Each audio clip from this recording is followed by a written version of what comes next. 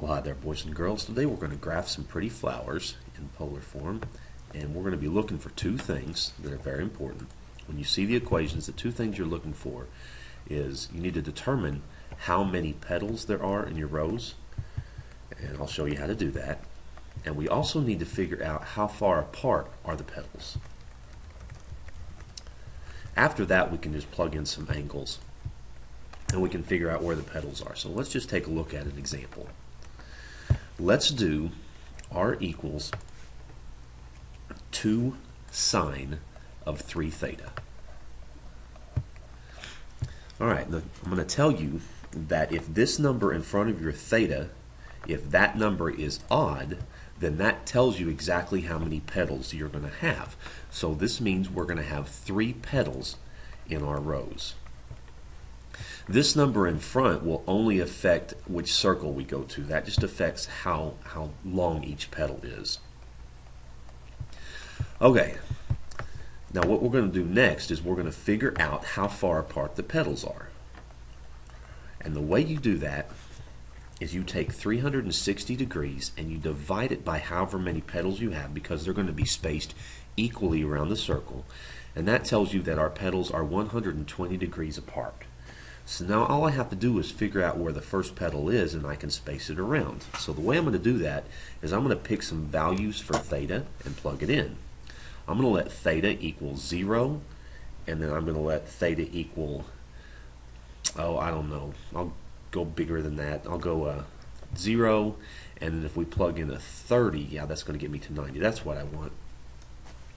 So I'll let theta go from 0 to 30 to 60 and see what happens. If we plug in 0 for theta, we get 3 times 0, which is 0.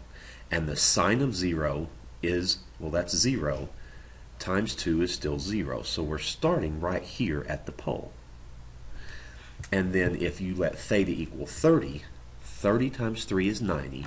The sine of 90 is 1 times 2 is 2. And then if you let theta equal 60, 60 times 3 is 180. The sine of 180 is 0, and 0 times 2 is 0, and we're back to the pole. So we have to sweep out this thing that goes out at 30 degrees, it gets out to 2, and at 60 degrees, it's back to the pole. So I'm going to put those 3 dots there. And this is how the picture is going to look. It's going to sweep out a little petal like this. It's not going to be a perfect little graph, but I'm going to do it like that. There's your first petal. Now we know that they are 120 degrees apart, so what you can do now is look at the maximum distance we were away from the pole was 30 degrees. You can add 120 to 30 degrees and you get to 150.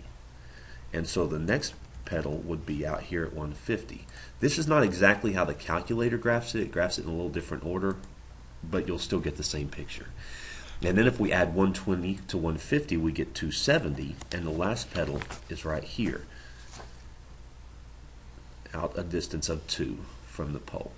So there is a picture of r equals 2 sine 3 theta. Now the calculator is actually going to graph it like this if you actually watch it, and that's because we get some negative values for r, which flips it into the other quadrant.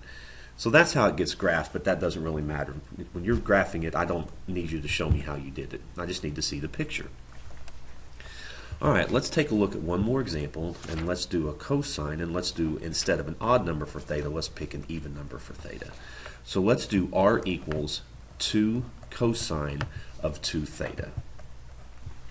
Alright, so we have to answer the question, how many petals, and then how far apart are they? Now, since this number is even, we are going to get double the number of petals. Since this is even, we're going to have 2 times 2, or 4 petals. That happens anytime this is even. So we have 4 petals, and so the next thing I'm going to do is figure out how far apart they are. So I take 360 and divide it by 4, and I get that they are 90 degrees apart. So I've answered my 2 questions, how many petals and how far apart they are. So let's figure out if we can find the first one. I'm also going to take advantage of symmetry here. If theta equals 0, 0 times 2 is 0, the cosine of 0 is 1, and 1 times 2 is 2. So here you're starting at 0 degrees out here to the second circle. And then if you plug in, let's say, a 30-degree angle, if you plug in 30, 2 times 30 is 60. The cosine of 60 is 1/2. 1/2 times 2 is 1. So at 30 degrees, you're right here. And then if you, I'm going to plug in the next one of 45 so you can see what happens right here at 45 degrees. At 45 times 2 is 90. The cosine of 90 is 0 times 2 is 0. So by the time we get halfway between 30 and 60, I'm back to the pole. And what this is the upper half of one of the petals. From 0 to 45, I've got the upper half of one of the petals. And I'm going to go ahead and finish this using symmetry. Cosine is even, so it's going to be symmetric. So here is your first petal. And they are 90 degrees apart, so you can go 90 degrees this way and put a dot. We'll put a dot here and a dot here, and we can finish graphing.